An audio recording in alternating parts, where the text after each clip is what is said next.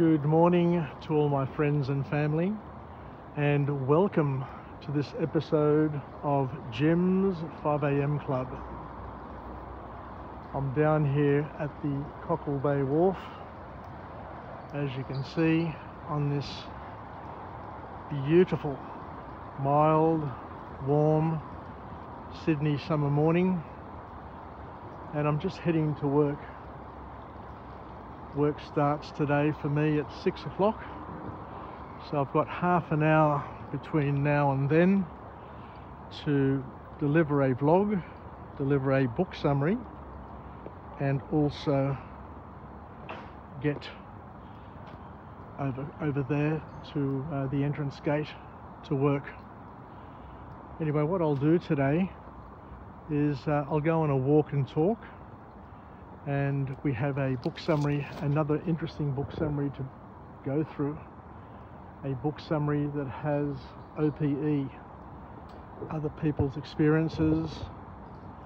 It has deep thinking, because whenever somebody writes a book, when everybody sits down and captures their thought and documents them, what we do is we experience a thing called deep thinking, where that person has been able to take their knowledge, their wisdom, their observations, and write them down, think about them, use examples, and build a knowledge base. They basically are able to capture their experiences. They're able to capture their slithers of reality, because at the end of the day, as we often say, we all get to live a very different life for a reason.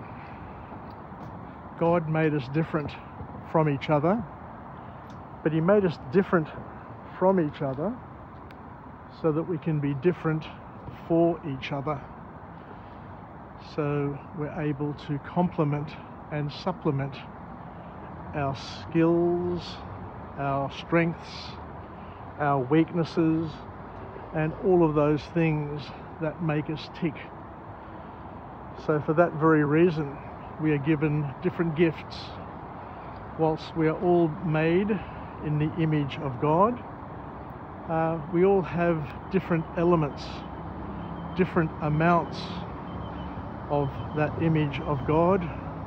Of course, none of us can be perfectly created in the image of God, but we can be made with elements of God in terms of His virtues, and we all have different configurations, different ingredients that make us up.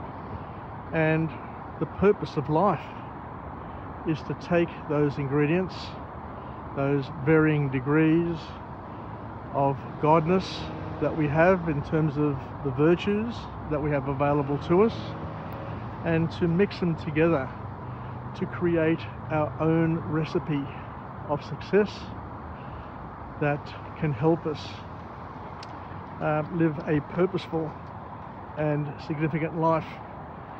Because at the end of the day, a Christian life is a life that has two key goals. The first goal is to love God with all your heart, mind, and soul, to be a servant of God, and to do whatever you can to glorify God. And the second thing is to take all of your gifts and use those gifts to glorify God, but also to help others to love your neighbour as you love yourself. So you need to be generous with those gifts. Those gifts are given to each and every one of us, not for us to selfishly use for our own purposes, but to use them to reflect them in the works we do for other people, because At the end of the day, we are all called to be God's partner. We are created, as we said, in His image. And because we are created in His image, we're expected to reflect that image and to build on that image and to become more like God throughout our lives and to achieve the ultimate goal of theosis. Anyway, so what I want to do today is I want to go through a particular book. The book is entitled Building a Second Brain. And this book is all about how we can use technology, especially the technology that we have today, to be able to leverage the vast amounts of information and data that we're inundated with, that we're flooded with in the world today, and use that information or make it readily available so that we can leverage it, so we can live it, and we can pass it on. We need to be discerning with how we use the data and information that we have in our lives, and not just to be overwhelmed and not just to accept what other people say, but to use our critical thinking to figure out what it's all about and to make the most of the opportunities as and when they present themselves. So the first key point from this author is the message that the world and humanity has progressed through a number of significant step functions and development milestones over the years. Now, we've all come from a position of being hunter-gatherers at one point in time, to then moving on and growing into agrarian societies, where instead of being hunters and gatherers, instead of being nomads, what we did was we settled down. We settled into villages, into communities. We domesticated animals. We became farmers so that we can spend more time with each other, more time thinking, and more time in communities where we can leverage each other's skills and talents, as opposed to being once off and just going out and hunting and gathering and then wondering where our next day was going to take us. We also went through another significant stage of colonialisation, of competition, of trade and exchange, of technologies and concepts. I'll talk about the Greeks now. The Greeks in ancient Greece was broken up and split into about 1,500 city-states, and each city-state was a different nation, was a different country. They had a different leader, they had different armies, they had different dialects. Even though they were united in many ways, they had a lot of differences amongst them as well. But one of the benefits of having this granular separation and competition is that they competed with each other to grow, develop, to protect each other. And a number of the Greek city-states set up colonies all over the world where they exported their way of life, they exported their ideas, they exported their religion and all of those things. So all of those things helped grow the influence of the stronger and better city-states, so that they were able to reflect themselves in other communities and pass on their knowledge, pass on their wisdom, pass on everything that they had to offer. So much so that my late Uncle George Gikas would always say that the Greeks, the ancient Greeks, have given the world more than what the world could ever hope to repay. But it's not just the Greeks. There were the Persians, there were the Chinese, there were the Sumerians, the Phoenicians. There are many, many societies who benefited by coming together into communities by the agrarian model. The next model, the next step function that the world went through was the Industrial Revolution, where not only did we stay together in towns, in communities, what happened was that people then moved and concentrated themselves into cities where they had lots and lots of people living together, and in those cities they had businesses, they had industry, where people, instead of working the land, instead of working with animals, would be working with each other, would be working with technology to make things, in order to trade those things, to make profits, to invest those profits. And with that came schooling, with that came hospitals, with that came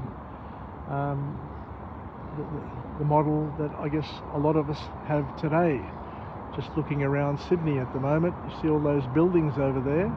All those buildings, or the majority of those buildings, are business headquarters, or they're hotels, or they're accommodation, where people are living together more concentrated than what they were at any previous time in the history of man. And following on from the Industrial Revolution, we had the Information Age, where we had computerization, robotization, where we're able to take and leverage a lot of the technology that we developed, so that we could repeat things using machines as opposed to people. And now we're at a point where we have digitization, where we live in a digital society where virtually everybody on the planet has access to the internet, has access to social media, has access to each other. So it doesn't matter where you are, where you live. If you have ideas, if you want to connect with people, you have a platform that will enable you to connect and share your ideas, share your opinions, and become part of a global community. So knowledge and wisdom has been captured and passed on from generation to generation. And today we are here where we are because we have stood on other people's shoulders and been able to generate greater and greater progress, even though we have had hiccups along the way. We've had some teething problems, we've had wars, we've had issues along the way, but that's just normal, I guess, in hindsight. When we look back at things, that when you grow, you do have some stumbles. We do hit some dead ends. We do have a winding road where we go up and down, over and through, but that's part of everybody's growth phase. We need to push through and continue to challenge the comfort zones that we have, and by challenging comfort zones means that we have to change, have to improve, and with those changes come the challenges and the pain that some people receive because they're not ready for change. So this book examines how we can use the digital resources available to us to assist us with our personal growth and development.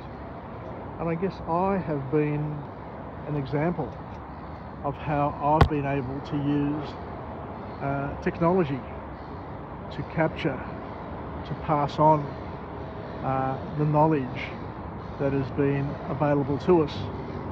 On a daily basis, what I do is I go to the internet.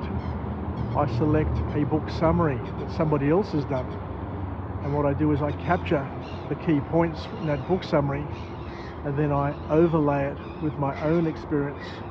I overlay it with the knowledge that I've been able to build up by doing 1,500 book summaries, by being a person who loves learning, a life learner. So I take the life lessons, I take the life hacks that I've been able to build up, and I thread them into my messages on a daily basis. I take other people's experiences, I take other people's deep thinking, and I weave into that deep thinking my own deep thinking, my own lessons that I've been able to pick up via the book summaries and the work that I've been able to do over the past couple of years.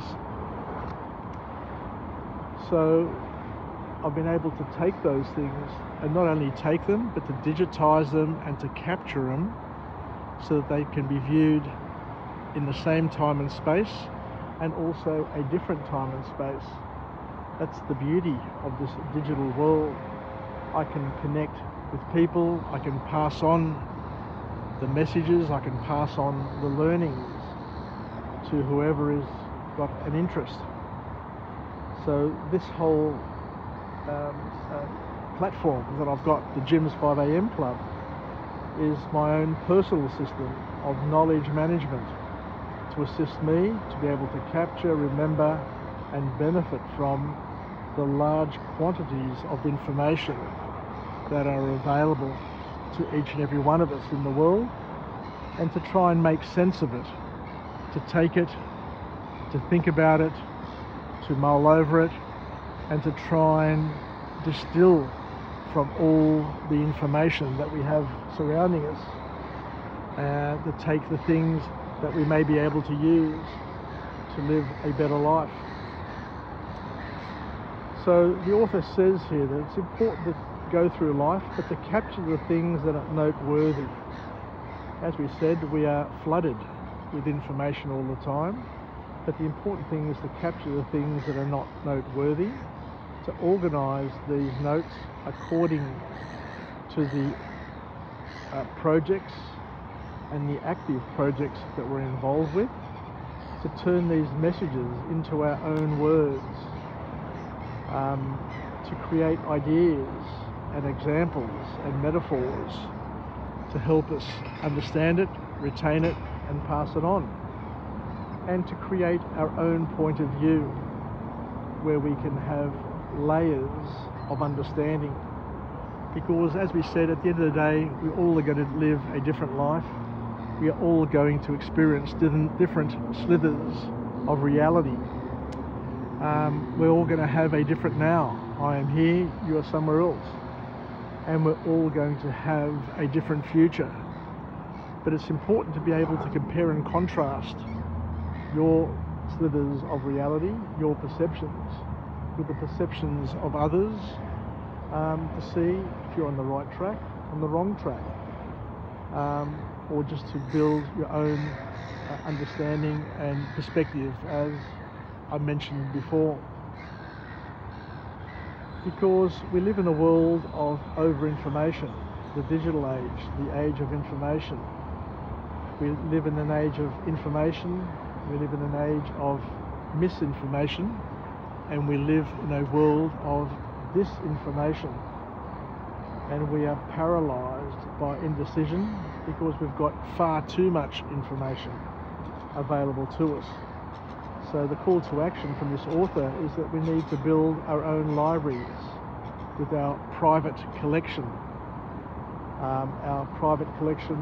of reality, our slithers of reality, and to become an authority on the things that resonate with us, the things that we see as being important, to build our own interpretations to build our worldview, to be discerning, knowing that by opening up our minds, opening up our hearts, we're basically opening ourselves up to becoming the rubbish tip of other people, the rubbish tip of influencers who push their rubbish, which may not be well researched, onto other people, onto unsuspecting people, because people don't have the time to check the data sources, don't have the time to check whether or not a particular influencer is right or wrong.